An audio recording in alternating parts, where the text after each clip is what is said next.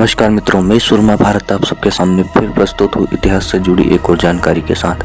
आज हम बात करेंगे मौर्य साम्राज्य के शासकों के बारे में। मौर्य राजवंश या मौर्य साम्राज्य लगभग 322 ईसा पूर्व से 185 ईसा पूर्व तक रहा प्राचीन भारत का एक शक्तिशाली राजवंश था। मौर्य राजवंश ने 137 वर्ष भारत में राज किया। वीडियो में आगे बढ़ने से पहले अगर आप हमारे चैनल पर नए हैं तो वीडियो को कर दीजिए लाइक और चैनल को सब्सक्राइब ताकि ऐसी वीडियो आपको मिलती रहे। चंद्रगुप्त मौर्य, जिन्होंने मौर्य साम्राज्य की नींव रखी। चंद्रगुप्त मौर्य भारत के एक महान सम्राट थे। इन्होंने मौर्य राजवंश की स्थापना की थी। चंद्रगुप्त पूरे भारत को एक साम्राज्य के अधीन लाने में सफल रहे।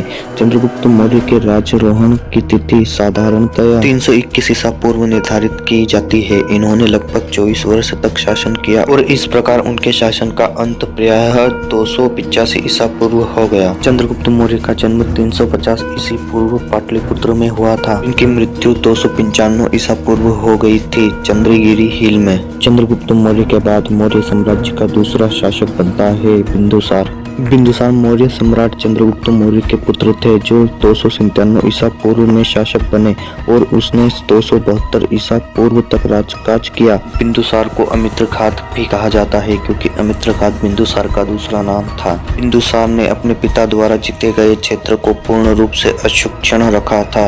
पुराणों के अनुसार बिंदुसार ने 24 वर्ष तक शासन किया, किंतु महावंश के अनुसार बिंदुसार ने 27 वर्षों तक राज्य किया। बिंदुसार की मृत्यु के बाद उनके पुत्र अशोक सम्राट बने। सम्राट अशोक विश्व प्रसिद्ध एवं शक्तिशाली भारतीय मौर्य राजवंश के महान सम्राट थे।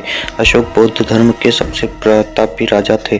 सम्राट अशोक का पूरा नाम देवनाम प्रियदर्शी अशोक थे। सम्राट अशोक का राजकाज 269 ईसा पूर्व से 232 ईसा पूर्व तक प्राचीन भारत में था। सम्राट अशोक का जन्म पाटलिपुत्र में हुआ था तथा इनकी मृत्यु भी पाटलिपुत्र में हुई। सम्राट अशोक का साम्राज्य। सम्राट अशोक मगध के सम्राट थे जिनकी राजधानी पाटलिपुत्र थी। सम्राट मगध के सम्राट जरूर थे लेकिन कलिंग को छोड़कर संपूर्ण भारतवर्ष पर उनका शासन था। कहते हैं कि इराक से लेकर बर्मा तक अशोक का साम्राज्य फैला हुआ था। इसी को ध्यान में रखते हुए उन्होंने कलिंग के युद्ध किया और कलिंग के युद्ध में विजय के बाद वे भारत के चक्रवर्ती सम्राट बन गए। सम्राट अशोक ही भारत के सबसे शक्तिशाली एवं महान सम्राट थे। सम्राट अशोक का चक्रवर्ती सम्राट कहा जाता है जिसका अर्थ है सम्राटों के सम्राट, और यह स्थान केवल भारत में अशोक को ही मिला है।